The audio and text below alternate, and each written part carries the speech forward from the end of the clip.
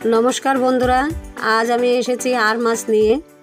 আমি আর মাছের রসা তৈরি করব। আপনারা শুরু থেকে শেষ পর্যন্ত দেখবেন। দেখে যদি ভালো লাগে বাড়িতে করে খাবেন। চলুন বন্ধুরা, এই আর মাছের রসা কিভাবে তৈরি করে শুরু করা যাক। প্রথমে আমি নিয়েছি 5 থেকে 600 গ্রাম মাছ। আমি টুকরো করে নিয়েছি, গোটাই এনেছিলাম। মাছটা কেটেছি পিস পিস করে, একটু মোটা মোটা করে পিসটা করেছি। আপনারা পারলে একটু পাতলা করেও করতে পারেন। দুটো মাছ আছে এখানে। আমি দুটো মাছে মাথা, লেজ, পিস শুদ্ধ আমি পুরোটাই নিয়েছি। আজ বানাবো আমি রসা। আমি মাছটা ধুয়ে আমি নুন হলুদ মাখাবো। এবার মাখিয়ে মিনিমাম 5 থেকে 10 মিনিটের মধ্যে ঢেকে রেখে দেবো। কারণ আর মাছ বলুন বোয়াল মাছ বলুন, একটু আগের থেকে নুন হলুদ মাখিয়ে রাখলে নুনটা ভালো ঢোকে, নাহলে একটু পাঞ্চা পাঞ্চা লাগে।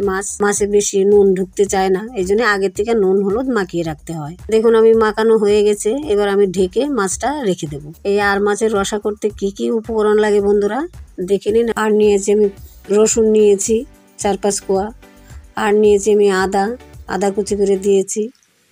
আর নিয়েছি আমি একটা গোটা পেঁয়াজ কুচি করে দিয়েছি, আর একটা টমেটো দিয়ে আমি পুরো এই মশলাটা পরিমাণ মতো জল দিয়ে আমি মশলাটা পেস্ট করে নেব।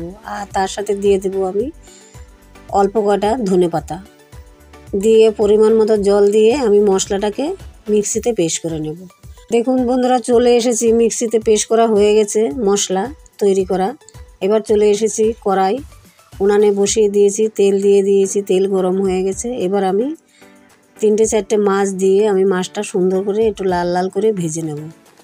এই মাছ কিন্তু একটু সময় ধরে ভাজতে হয়, নাহলে ভেতর থেকে ভালো করে ভাজা হয় না। একটু টাইম ধরে ভাজতে লাগে আর মাছ, তাই আমি অল্প আঁচে, আমি একদম কড়া আঁচে ভাজবো না, অল্প অল্প আঁচে মাছটা আমি ভেজে নেব। দেখুন বন্ধুরা, আমি মাছটা এক পিঠ হয়ে গেছে, আমি উল্টে দিচ্ছি মাছটা। আরেক পিঠ আমি উল্টে দেব। এবার দেখুন মাছ ভাজা হয়ে গেছে। এবার আমি মাছটা তেল থেকে সেঁকে তুলে নেব মাছটা। বন্ধুরা মাছ ভাজা হয়ে গেছে। এবার আমি আলুটা ডুমডুম করে কেটে নিয়েছিলাম আলু। আমি আলুটা একটু নুন হলুদ দিয়ে ওই তেলের মধ্যে আমি ভেজে নেব।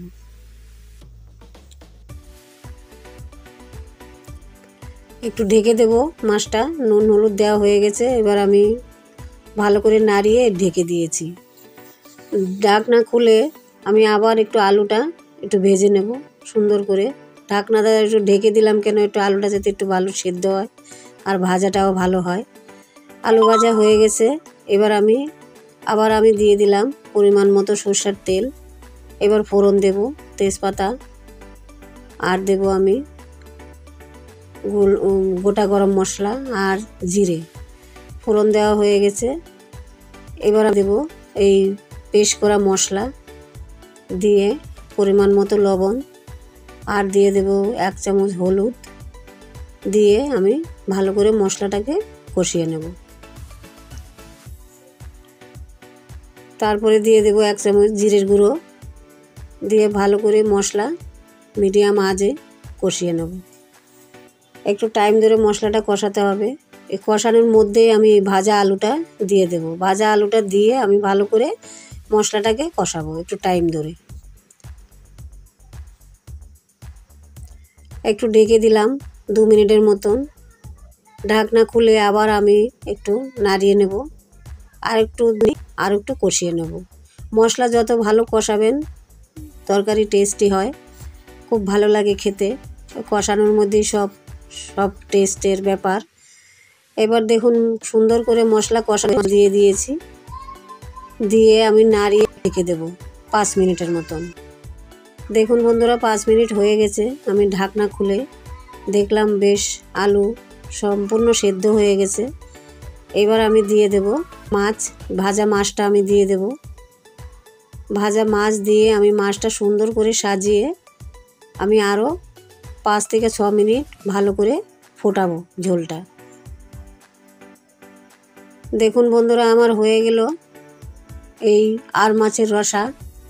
খুব সুন্দর হয়, টেস্টি হয় খেতে। আপনারা অবশ্যই করে খাবেন এইভাবে, এই অল্প উপকরণে অল্প মশলায় খুব ভালো লাগে খেতে বন্ধুরা।